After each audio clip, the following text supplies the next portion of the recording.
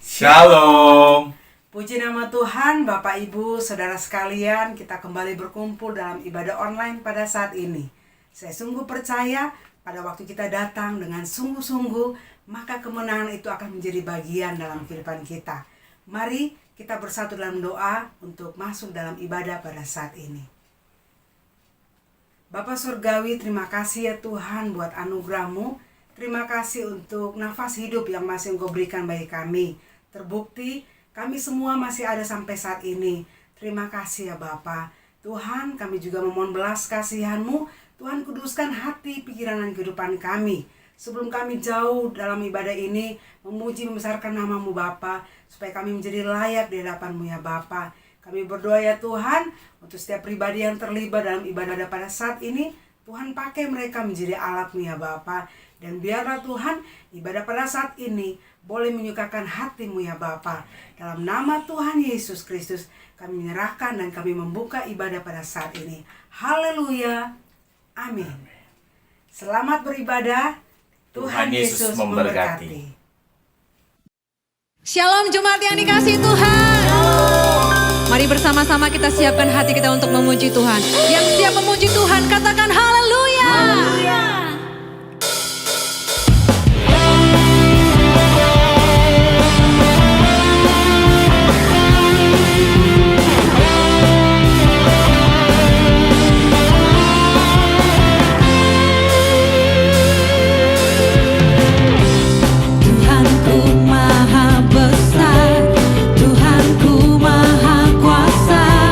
Raja segala raja,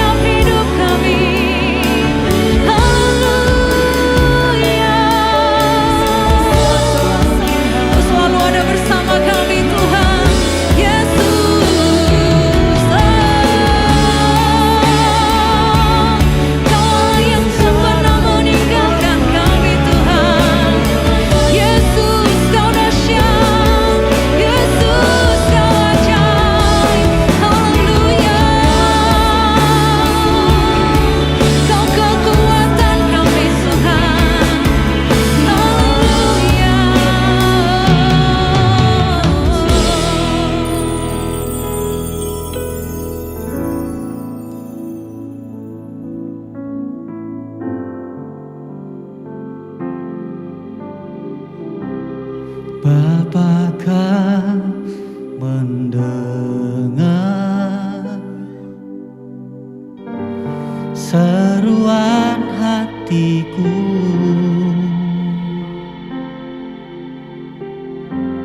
Tak pernah kau lepaskan dari kasih-Mu. Lewat lembah gelap, Kau temani aku.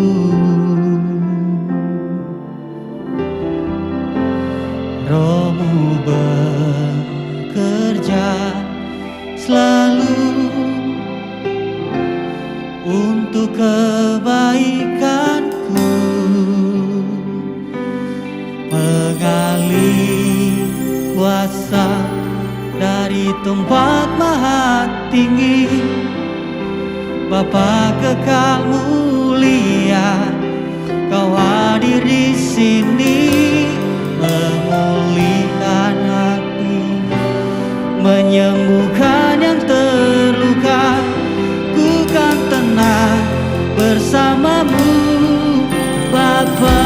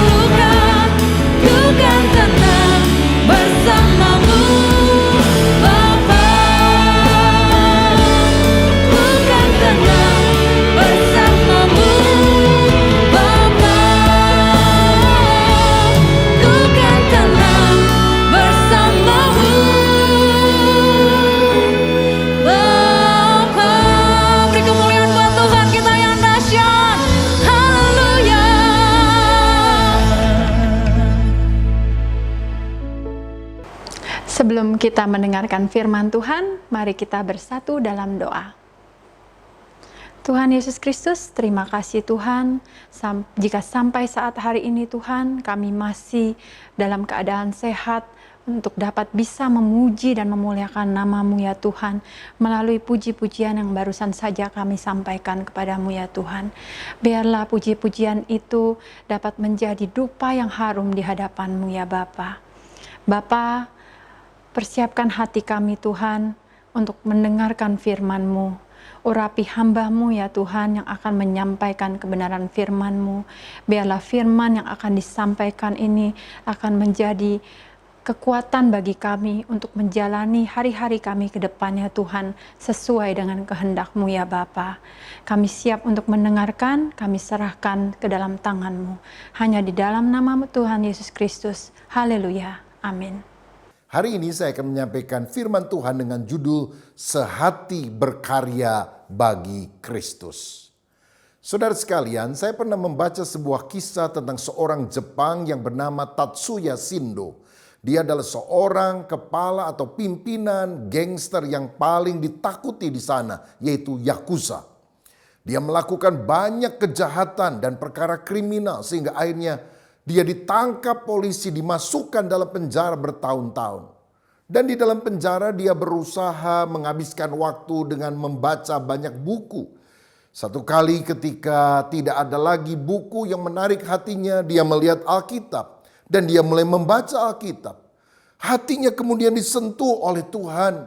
Dia mulai sadar dia orang berdosa yang harus meninggalkan segala perbuatan jahatnya. Kalau tidak, hukuman Allah akan menimpa. Dan itu adalah titik balik pertobatan dalam hidupnya. Setelah dia keluar dari penjara, dia kemudian dibimbing oleh seorang hamba Tuhan dan dibaptis. Kemudian dia masuk ke sebuah sekolah Alkitab belajar firman Tuhan. Dan tahukah saudara, sekarang Tatsuya Shindo sudah menjadi seorang pendeta. Dia memimpin sebuah gereja dan dia membaptis lebih dari 100 orang Jepang asli. Dan mayoritas jemaatnya adalah mantan gangster, saudara. Dan mereka selalu berkata, kalau kami nggak melihat perubahan dalam hidupmu Tatsuya, tidak mungkin kami percaya kepada Yesus. Tapi karena engkau mengalami perubahan radikal setelah percaya kepada Yesus, kami juga akhirnya menyerahkan hidup kepada Tuhan.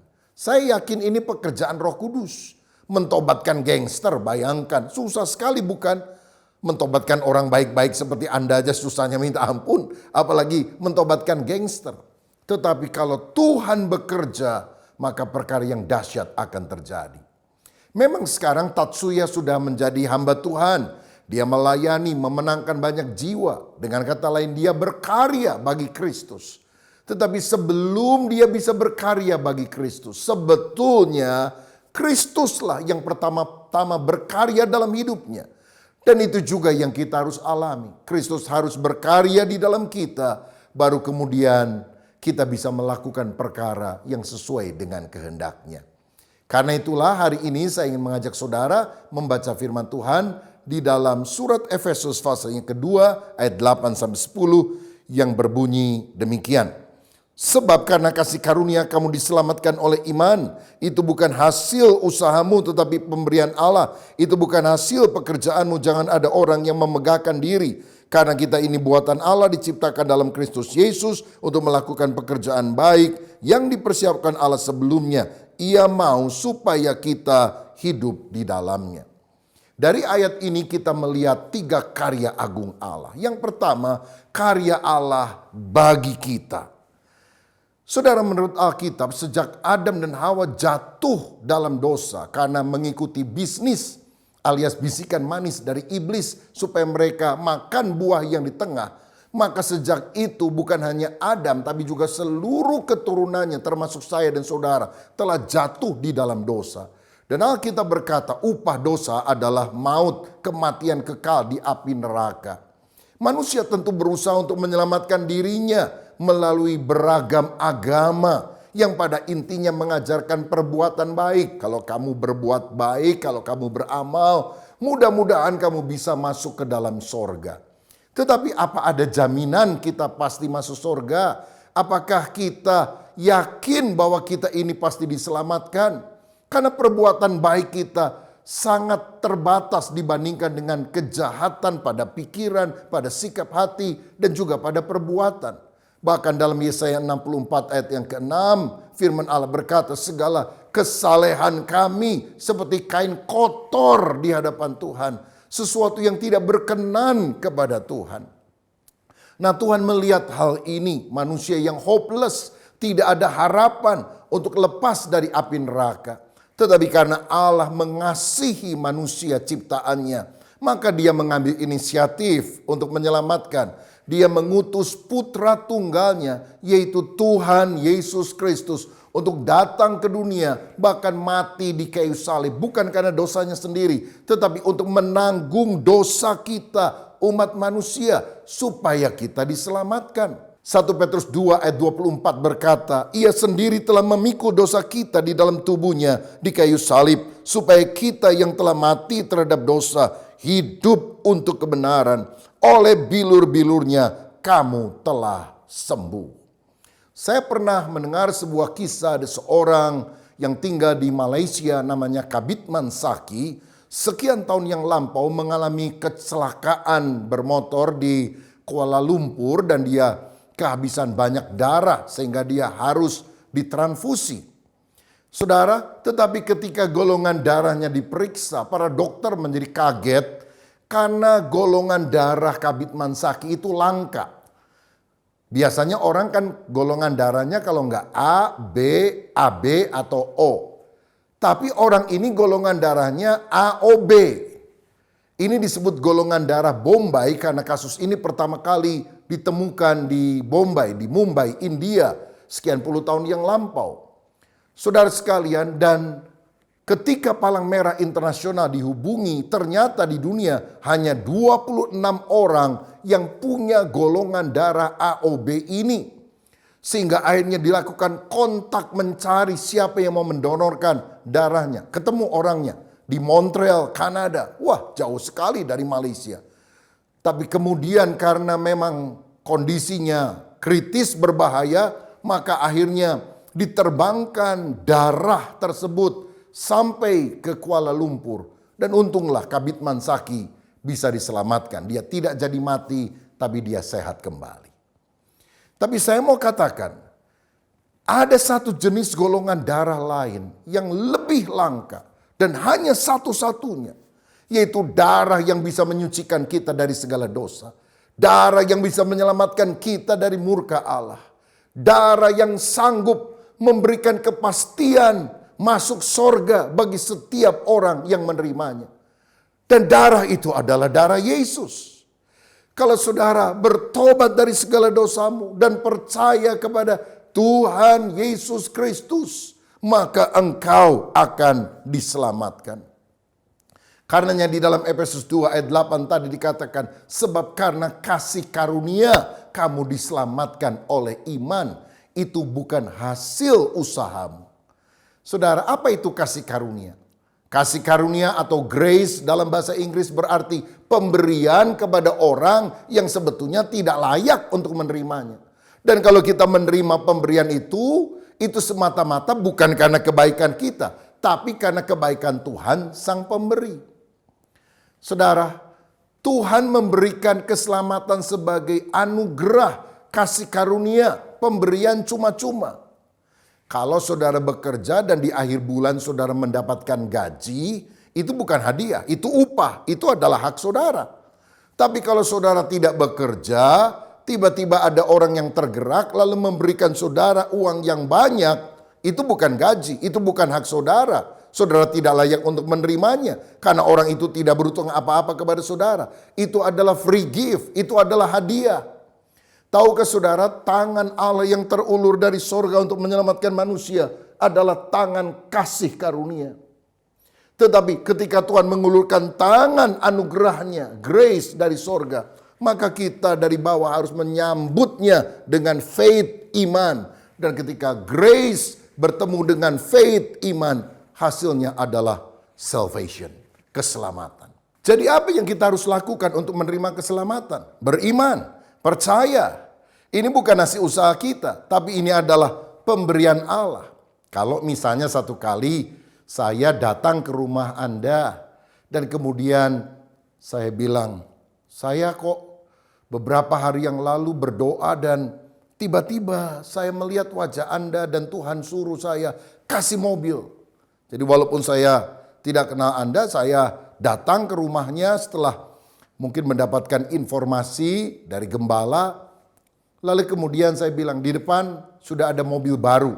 Karena Tuhan suruh saya kasih Anda mobil. Saudara bilang, hah? Bagaimana Pak Rubin bisa kenal saya? Apa alasannya, dasarnya untuk saya menerima mobil ini? Nggak ada dasarnya. Dasarnya hanyalah kasih karunia. Saya memberikan kepada Anda. Nah, tinggal sekarang respon Anda. Mau percaya dan kemudian menerima atau menolak. Saudara, sesimpel itu anugerah yang Tuhan berikan kepada kita. Karena kita tidak mungkin menyelamatkan diri kita sendiri. Karenanya Tuhan Yesus mati di kayu salib untuk kita. Saya yakin kalau ada jalan lain, cara lain yang olehnya manusia bisa diselamatkan, Yesus tidak perlu mati di atas kayu salib. Kenapa dia mati di kayu salib? Karena tidak ada jalan. Hanya satu-satunya keselamatan itu bisa diberikan melalui iman kepada Yesus Kristus. Inilah berita Injil, kabar baik, kabar sukacita bahwa manusia berdosa bisa diselamatkan karena percaya. Yohanes 3 ayat 16 ayat terkenal dalam Alkitab berkata, karena begitu besar kasih Allah akan dunia ini sehingga dikaruniakannya anaknya yang tunggal supaya setiap orang yang percaya kepadanya tidak binasa melainkan beroleh hidup yang kekal.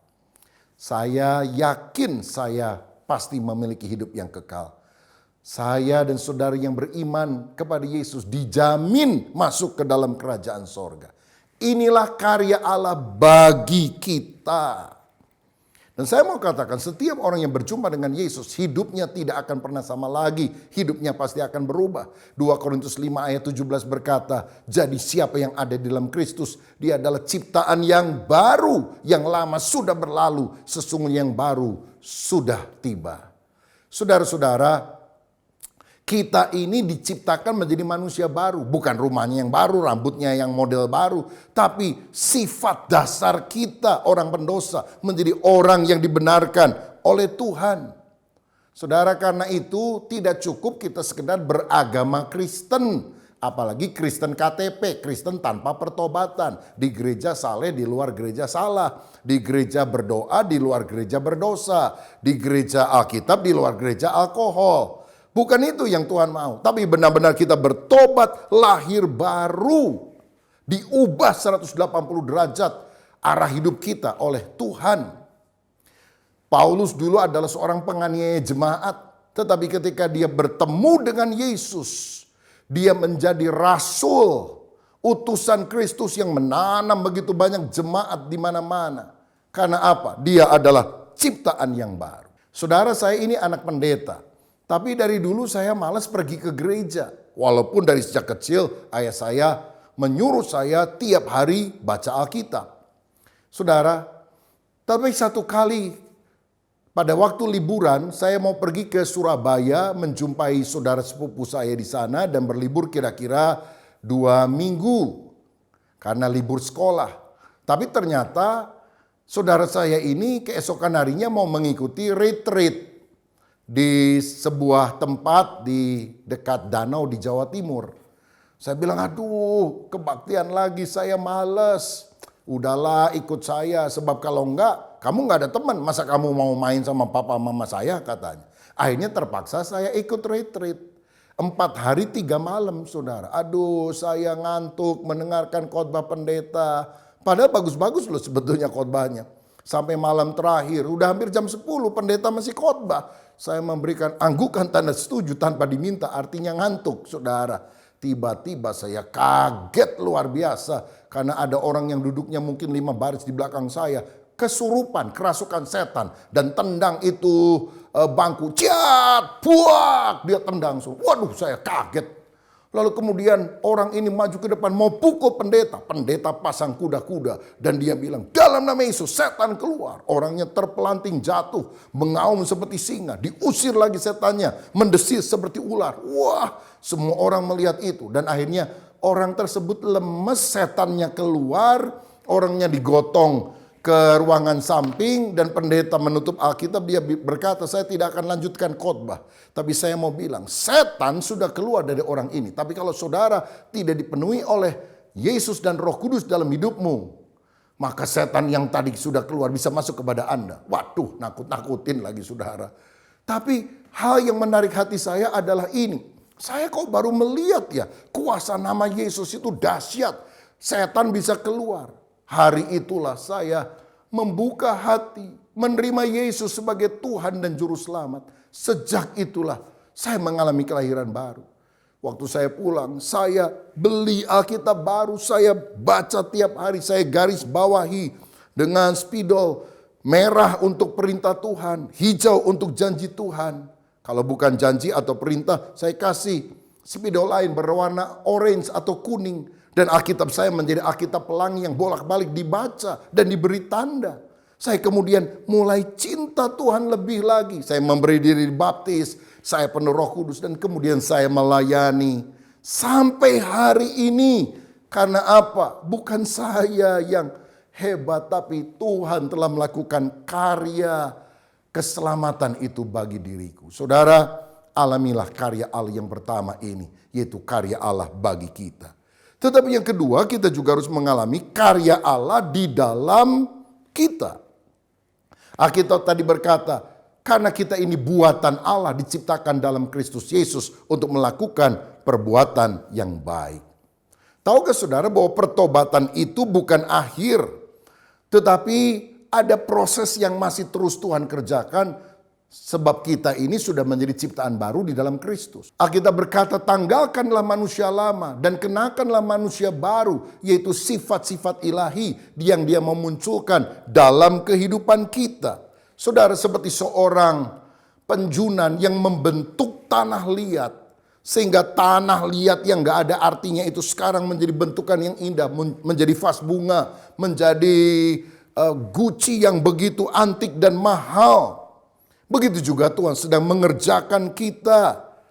Nah, di dalam Roma 8 ayat 28 dan 29, Alkitab menunjukkan kepada kita Tuhan menggunakan segala macam cara untuk memproses kita supaya karakter kita menjadi seperti Kristus. Dikatakan begini, kita tahu sekarang bahwa Allah turut bekerja di dalam segala sesuatu untuk mendatangkan kebaikan bagi mereka yang mengasihi Dia, yaitu bagi mereka yang terpanggil sesuai dengan rencana Allah. Sebab semua orang yang dipilihnya dari semula, mereka juga ditentukannya dari semula untuk menjadi serupa dengan gambaran anaknya, supaya ia anaknya itu menjadi yang sulung di antara banyak saudara. Tuhan bekerja dalam segala hal untuk mendatangkan kebaikan bagi kita. Nah, kita seringkali salah mengerti. Kebaikan kita maksudkan kenyamanan, kemakmuran. Oh, mobil kita yang jadi lebih baik, rumah kita atau karir kita yang lebih baik. Padahal bukan itu yang Tuhan maksud. Kebaikan yang dimaksudkan di ayat 28 langsung dijelaskan di dalam ayat 29. Yang berkata kebaikan yang dimaksud supaya karakter kita menjadi lebih serupa seperti Kristus. Jadi Tuhan mau bukan mobilmu yang lebih bagus, tapi pribadimu, dirimu, karaktermu yang lebih bagus. Karena itulah Tuhan memakai beberapa sarana untuk memproses kita. Sebab Tuhan tidak akan pernah memakai kita sebelum Dia membentuk kita. Musa dibentuk dulu 40 tahun di padang gurun Midian sebelum dia dipakai untuk menjadi pemimpin bangsa Israel. Yusuf harus mengalami kondisi yang tidak nyaman 13 tahun. Difitnah oleh istri Potifar, dimasukkan penjara dan sebagainya. Sampai dia menjadi raja muda di Mesir. Nah, proses itu terjadi melalui 3 hal ini. Yang pertama, Tuhan memproses karakter kita dengan firman Allah. Sebab dalam 2 Timotius 3 ayat 16 dikatakan, segala tulisan yang diilhamkan Allah memang bermanfaat untuk mengajar, untuk menyatakan kesalahan, untuk memperbaiki kelakuan, dan untuk mendidik orang dalam kebenaran. Kalau saudara membaca Alkitab setiap hari, kita tahu target rohani apa yang kita harus kejar di dalam kehidupan. Sebab kita akan membaca di dalam Alkitab bagaimana Yesus berespon dalam segala situasi. Misalnya ketika dia melihat ada orang yang kelaparan, dia memberi makan dengan 5 roti dan 2 ikan, mengenyangkan 5.000 orang. Kalau Yesus melihat ada orang yang sakit, dia sembuhkan. Kalau Yesus melihat ada orang yang membenci dia, dia berkata, Bapa ampunilah mereka, karena mereka tidak tahu apa yang mereka perbuat. Inilah respon Yesus, keteladanan Yesus yang harus kita ikuti dan kita tahu ketika kita membaca kitab suci. Karena itu milikilah moto, no Bible, no rice. Tidak baca Alkitab, tidak makan nasi. No Bible, no bread. Tidak baca Alkitab, tidak makan roti. No Bible, no super me. Tidak baca Alkitab, jangan makan supermie. Supaya kita bukan hanya kuat karena makanan jasmani untuk tubuh kita, tetapi kita makan firman supaya roh kita menjadi perkasa. Karakter kita dibentuk ketika kita membaca kitab suci dan melakukannya. Yang kedua, karakter kita juga makin dibentuk ketika kita berdoa. Sebab di dalam doa maka kita dilembutkan hatinya dan Roh Kudus bisa berkarya di dalam kehidupan kita. Kalau kita baca Alkitab tadi, maka kita punya target untuk kita kejar, maka dengan doa sehingga Roh Kudus mengurapi kita, kita punya roket, punya power untuk mencapai target itu. Bukan dengan kekuatan diri, tapi dengan kekuatan Tuhan. Saudara, kekristenan itu bukan hanya religion, agama, tetapi relationship dengan Tuhan. Hubungan yang kita harus bangun supaya kita makin akrab, makin intim dengan Dia. Seperti suami dan istri, semakin lama menikah, semakin intim dan semakin mengenal satu dengan yang lain. Dan biasanya lebih banyak kemiripannya. Ya, cara pikirnya mulai lebih mirip, cara bicara, cara membuat keputusan lebih mirip. Karena apa? Nearness is likeness. Semakin kita dekat, semakin kita serupa dengan apa yang kita dekati. Karena itu mari kita selalu berdoa dan menjalin relasi yang akrab dengan Tuhan. Saya ingat ada seorang yang pintar sekali namanya Albert Einstein. Satu kali diundang oleh sebuah kampus untuk memberikan ceramah. Dan biasa dia melakukan itu. Tapi hari itu dia sedang demam, saudara. Tapi dia tetap berangkat ke sana. Supirnya yang mengetahui hal itu, dia bilang, Pak Einstein, gimana kalau saya aja yang ceramah? Ya, jadi mereka kan cuma dengar nama Bapak tapi belum pernah lihat wajahnya.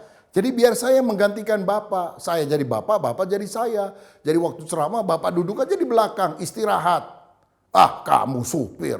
Mana bisa kamu, ini kan teorinya susah. Saya memang bodoh Pak, tapi saya sudah dengar ceramah Bapak mungkin ratusan kali, jadi saya ngerti. Oh ya boleh juga ya. Akhirnya mereka bertukar peran, yang disambut supirnya Einstein. Dia yang menjelaskan di papan tulis, sama dengan MC kuadrat, mulai dia jelaskan. Lalu ada sesi tanya jawab, ada seorang angkat tangan. Mengapa rumusnya adalah demikian? Seharusnya kan begini. Dia ngomong saudara. Walaupun supir ini sudah banyak mendengar tanya jawab, tapi pertanyaan semodel ini belum pernah dia dengar. Dia pikir, waduh celaka juga. Anda siapa? Dia tanya. Saya profesor matematika di tempat ini. Waduh, orang pintar nggak bisa dikibulin. Gimana ya menjawabnya? Tiba-tiba dia dapat akal. Dia bilang, Bapak profesor doktor karburator kotor bocor, masa nggak ngerti penjelasan saya sesederhana ini? Padahal supir saya saja yang duduk di belakang bisa menjelaskannya. Udahlah jangan saya, supir saja. Tolong supir, maju ke depan. Jelaskan kepada profesor ini supaya dia ngerti. Maka supirnya maju ke depan. Dia menjelaskan. Dan semua orang kaget. Padahal si supir yang dimaksudkan adalah Einstein sendiri, saudara. Ini maksudnya adalah supir yang bodoh dekat-dekat dengan Einstein. Lama-lama pintar seperti Einstein. Kita orang berdosa. Tapi kalau kita disucikan dan hidup dekat kepada Tuhan, kita akan makin mirip seperti Kristus. Itulah karya Allah di dalam kita, yaitu pengudusan. Karakter kita makin berkenan. Lagi pula, sarana yang ketiga yang Tuhan pakai untuk memproses kita adalah kesulitan hidup. Masalah, ujian dalam hidup Tuhan izinkan untuk mendewasakan kita. Tahukah saudara bahwa iman itu seperti otot yang makin berkembang ketika ada tekanan berat seperti ada barbel yang harus kita angkat. Tuhan juga mengizinkan kesulitan untuk memperkokoh iman kita, mendewasakan kerohanian kita. Nah, Tuhan pakai keadaan yang tidak menyenangkan, bahkan orang yang menyebalkan untuk membentuk kita. Jadi kalau saudara pagi hari berdoa, Tuhan beri saya sabar, jangan kaget. Kalau hari itu jalanan lebih macet dari biasanya, sehingga saudara terlambat untuk pergi ke satu tempat misalnya. Kalau saudara marah, kenapa Tuhan izinkan? Kan kamu minta sabar, sekarang aku uji, bisa sabar atau tidak. Tuhan juga memakai orang-orang yang menyebalkan untuk membentuk karakter ini, supaya yang buruk dicabut. Amsal 27 ayat 17 berkata, besi menajamkan besi, orang menajamkan sesamanya. Dan siapa yang lebih sering dipakai Tuhan untuk menggosok kita supaya makin indah? Orang dekat apa orang jauh?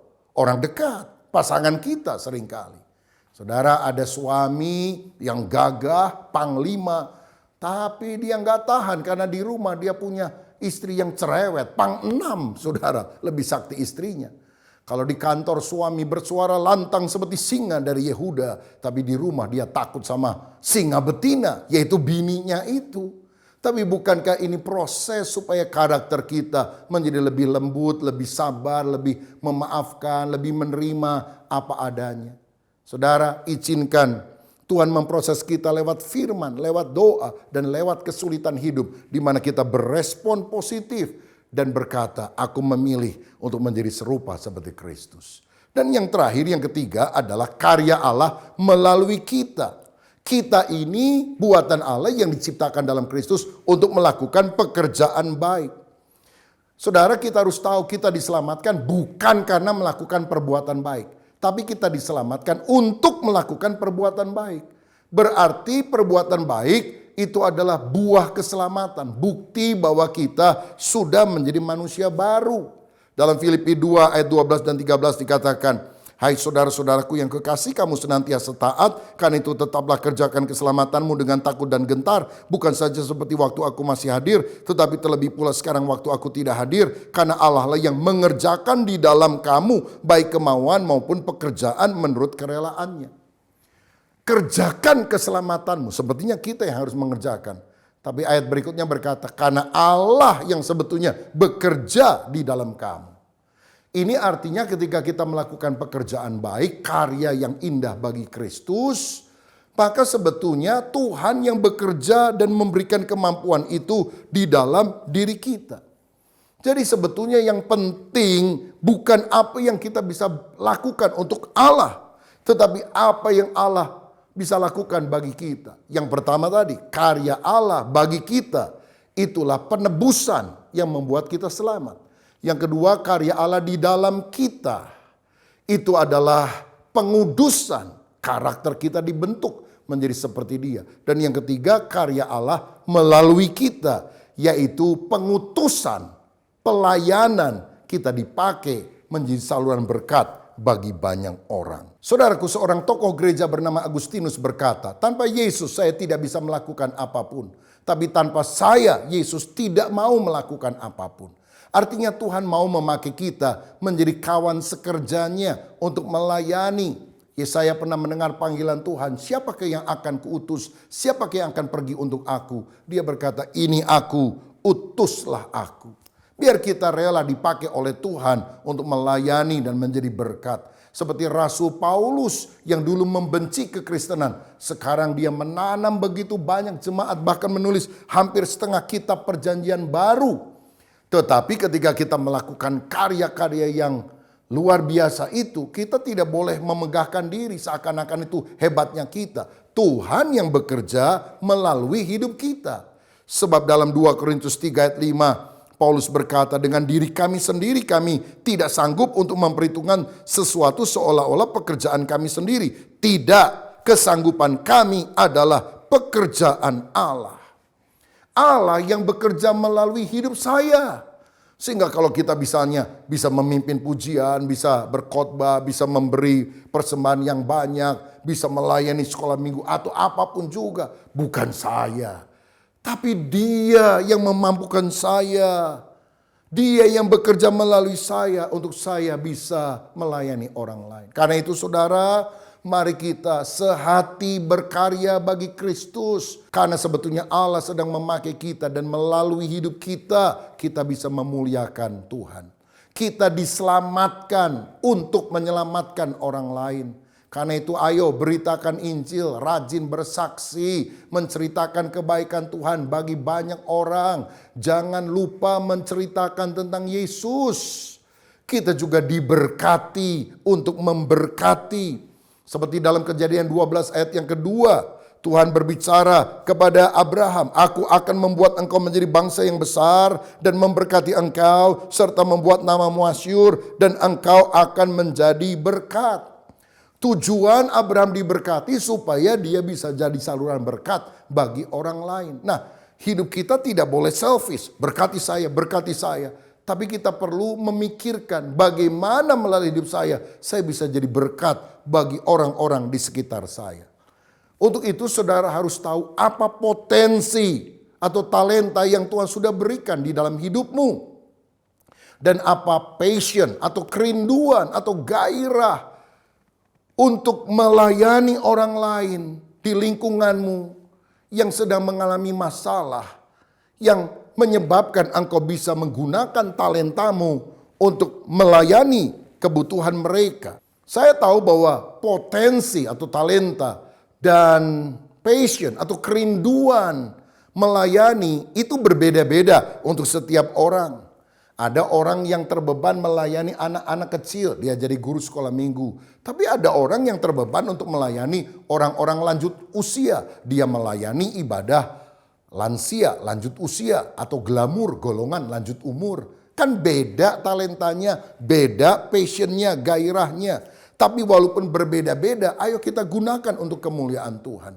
Kalau saudara punya passion, mengentaskan kebodohan di tengah masyarakat, saudara bisa bikin misalnya bimbingan belajar gratis. Ya, katakan seminggu 3 kali, Senin, Rebo, Jumat, masing-masing 2 jam, jam 2 siang sampai jam 4 sore. Dan saudara akan jadi berkat bagi masyarakat dengan cara demikian. Kalau saudara melihat banyak orang-orang nganggur di tengah masa pandemi COVID-19 ini. Dan daripada mereka melakukan kejahatan, saudara training mereka supaya mereka punya skill. Apa saja pelatihan yang kita bisa lakukan tergantung talenta saudara. Mungkin untuk potong rambut, ada yang punya talenta untuk menjahit, atau memasak, kuliner. Saudara, tolong orang lain, ajar mereka supaya mereka juga bisa berusaha di tengah masa yang sulit ini. Kalau saudara pengusaha, saudara bisa mendirikan satu unit usaha padat karya yang membuat lebih banyak orang bisa bekerja di tempat saudara. Kalau saudara terbeban karena mendengar ada banyak anak yang diaborsi, bahkan anak jalanan yang tidak terurus, saudara bisa membuat sebuah panti asuhan dan berkata, kalau mau gugurkan kandungan, stop, biar anaknya saya adopsi saja atau saya rawat di panti asuhan saya. Anak-anak jalanan juga kita berikan tempat untuk berteduh, makan, dan kemudian kita sekolahkan. Oh, itu karya Allah melalui kita. Karya yang ajaib yang sungguh akan memberkati lingkungan. Karena kita dipanggil bukan untuk menjadi garam dan terang gereja saja. Tapi kita dipanggil untuk menjadi garam dan terang dunia. Saudara, kalau engkau berbeban melihat orang yang kekurangan makanan hari-hari ini, saudara bisa memberikan sembako kepada mereka. Saudara bisa memberikan bantuan sesuai dengan kemampuanmu. Dan dengan demikian Tuhan Yesus akan dipurniakan karena Dia berkarya melalui kehidupan kita. Ibu Teresa dari Avila pernah berkata, Yesus tidak punya tangan kecuali tangan kita. Yesus tidak punya kaki kecuali kaki kita. Mari kita menjadi kaki tangan Yesus untuk menyebarkan kabar baik kepada dunia yang terhilang ini. Saudaraku, mari kita berkarya bagi Kristus. Karena ketika kita melakukannya, nama Tuhan dipermuliakan, banyak orang terberkati.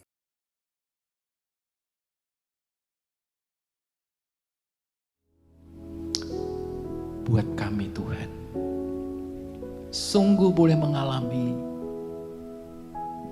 satu kesehatan yang utuh. Tubuh, jiwa, dan roh kami disehatkan oleh Tuhan.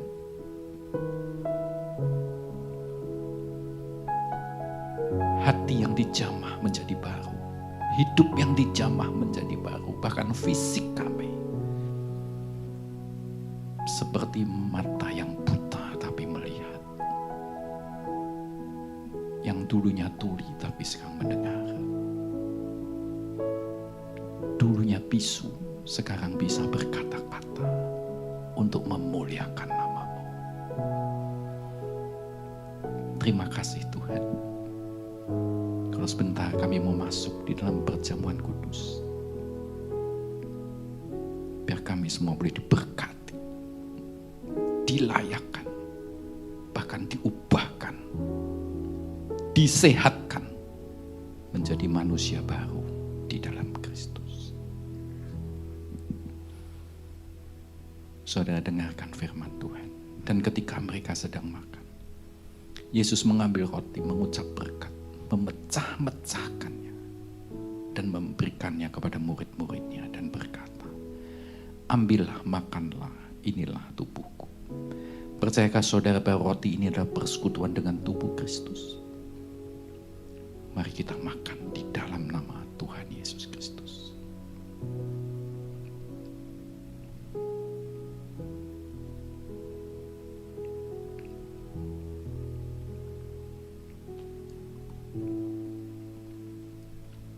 Terima kasih Tuhan.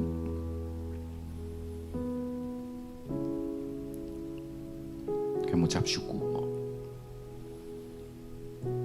Kami perlu untuk disehatkan kembali di dalam Engkau. Ampuni segala kesalahan kami. Dan biar sungguh roti yang baru dan anggur yang baru ini menyucikan setiap di antara kami untuk menjadi sehat tubuh, jiwa, dan roh kami. Sudah itu ia mengambil cawan, mengucap syukur, lalu memberikannya kepada mereka dan berkata, minumlah kamu semua dari cawan ini. Sebab inilah darahku, darah perjanjian yang ditumpahkan bagi banyak orang untuk pengampunan dosa. Percayakah saudara bahwa air anggur ini adalah persekutuan dengan darah Kristus? Mari kita minum di dalam nama Tuhan Yesus Kristus.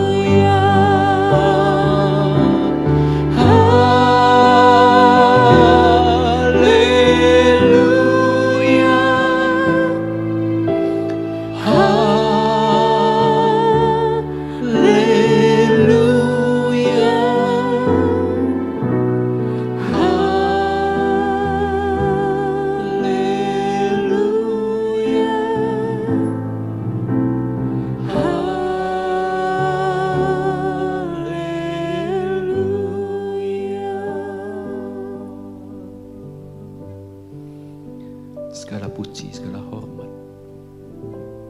hanya bagi nama Tuhan Yesus Kristus yang sanggup untuk merestorasi semua hal-hal yang buruk, semua hal-hal yang tidak berkenan, diubahkan menjadi serupa dan segambar dengan Bapa.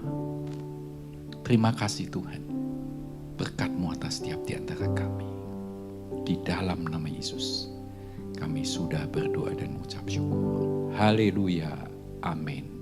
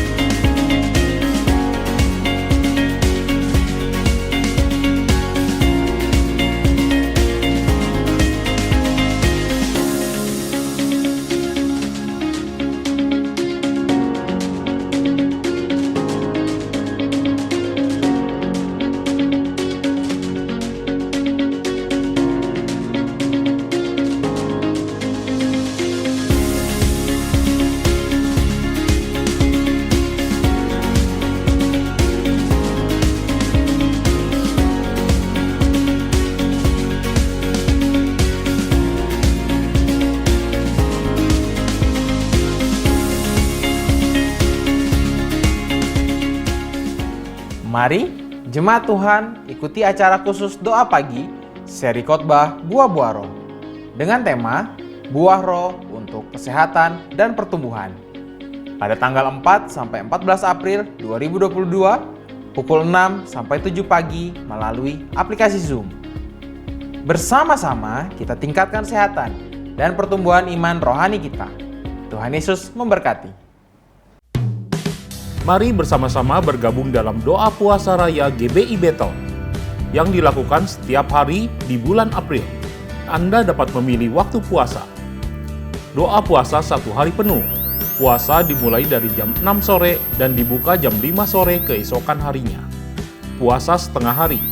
Puasa dimulai jam 6 sore dan dibuka jam 1 siang keesokan harinya. Ada 3 jenis puasa yang dapat Anda pilih. Puasa total, tidak makan dan tidak minum. Puasa makan, hanya minum air mineral. Puasa dari makanan enak, tidak makan daging tetapi hanya sayuran saja. Selama doa puasa raya berlangsung, bergabunglah dalam gerakan doa yang diadakan satelit masing-masing.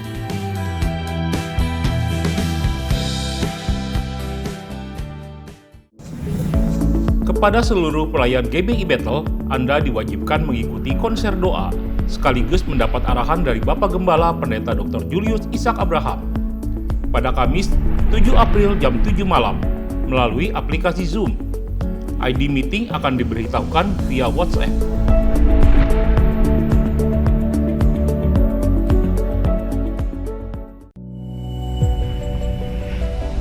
Mari ikuti webinar online yang akan membahas mengenai Metaverse pada Kamis 7 April jam 11 siang bersama pembicara pendeta muda Jessica Abraham.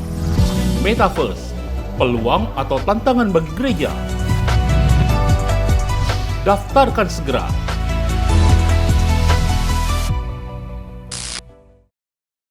Shalom jemaat Tuhan, berikut kami laporkan update pelayanan Misi Berkat. PMB berkomitmen untuk terus mensupport pelayanan hamba-hamba Tuhan, khususnya di daerah dalam hal pembangunan atau renovasi gedung gereja dan support dana untuk kebutuhan hidup dan pelayanannya. Salah satu gereja yang dibantu adalah GBI Karangpucung, Cilacap, Jawa Tengah yang kami danai renovasi gerejanya. PMB juga berkomitmen untuk membantu kebutuhan hidup atau pelayanan hamba Tuhan daerah dengan cara mengirimkan uang rutin setiap bulan langsung ke rekening pendeta yang bersangkutan. Selain pelayanan di atas, PMB juga bekerja sama dengan Sinode GBI dalam Bethel Project untuk membangun gereja-gereja di desa. Terima kasih atas donasi saudara untuk kemajuan pelayanan PMB. Mari terus dukung pelayanan misi dengan cara donasi ke rekening PMB. Tuhan Yesus memberkati. Puji Tuhan Bapak Ibu, ibadah kita telah selesai. Saya percaya kita semuanya diberkati oleh Tuhan. Amin. Lambaikan tanganmu. Haleluya. Kita akan menutup ibadah ini. Mari kita satukan hati dalam doa. Bapa di surga, Bapa yang baik, Bapa yang penuh kasih, kami bersyukur hari ini kami boleh beribadah kepada Tuhan. Meskipun hanya lewat online ya Bapa, tetapi kami yakin Tuhan, kuasa-Mu tidak pernah kurang dalam kehidupan kami. Tidak pernah bisa dibatasi oleh apapun ya Bapa.